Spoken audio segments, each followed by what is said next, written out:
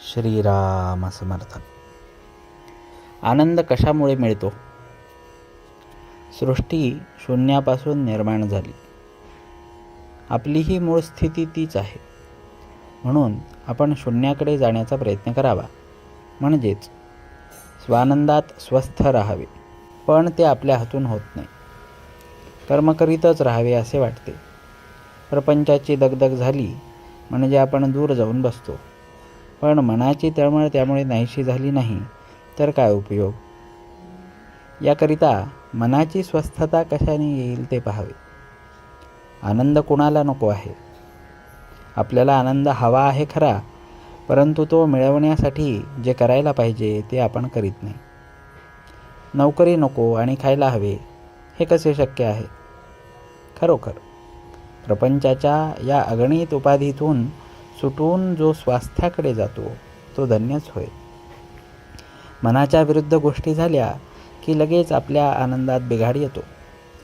याकरिता आपल्या इच्छेविरुद्ध घडले तरी माझे स्वास्थ्य बिघडणार नाही इकडे पाहावे. याला एकच उपाय आहे, आणि तो म्हणजे माझी इच्छाच मी नाहीशी करणे. कोणतीही वस्तू मिळावी किंवा अमुक एक गोष्ट घडावी ही बुद्धीच ठेवू नये.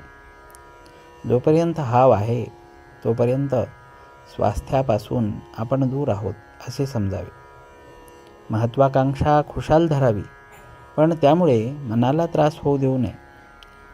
भगवंताची इच्छा तीच माझी इच्छा असे म्हणावे आणि अभिमान सोडून कर्म करीत राहावे. प्रयत्न करून जे काही होते ते रामाच्या इच्छेने झाले म्हणावे. कर्तेपणाचा अभिमान सोडल्यानेच स्वास्थ्य लाभते. मागे घडलेल्या चांगल्या वाईट गोष्टी आठवत राहणे यामुळे आनंदात बिघाड येतो. तसेच उद्याची काळजी करीत राहणे यामुळेही मनाच्या स्वास्थ्यात व्यत्यय येतो. होते जाते हे सर्व भगवंताच्या इच्छेने होते हे मनाने पक्के ठरविल्यावर मग विनाकारण काळजी का करावी? दुःख करणे अथवा न करणे हा मनाचा धर्म असल्यामुळे ज्या माणसाने मनाला योग्य वळण दिले आहे तो प्रत्यक्ष दुखणे भोगीत असताही आनंदात राहू शकेल. म्हातारपणी तर आनंद हे मोठे शक्तिवर्धक औषध आहे. ज्याला नामाचे प्रेम आले त्याला शरीराच्या कोणत्याही अवस्थेत आनंदाचा लाभ होतो, आणि ज्याला असा आनंदाचा लाभ झाला त्याच्यावर रामाने कृपा केली असे खचित समजावे. भगवंतासाठी एकच दान खरे आहे, आणि ते म्हणजे आत्मदान होय.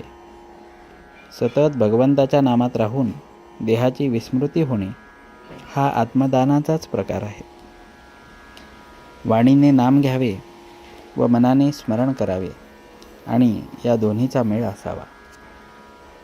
जानकी जीवन स्मरण. जय जय राम.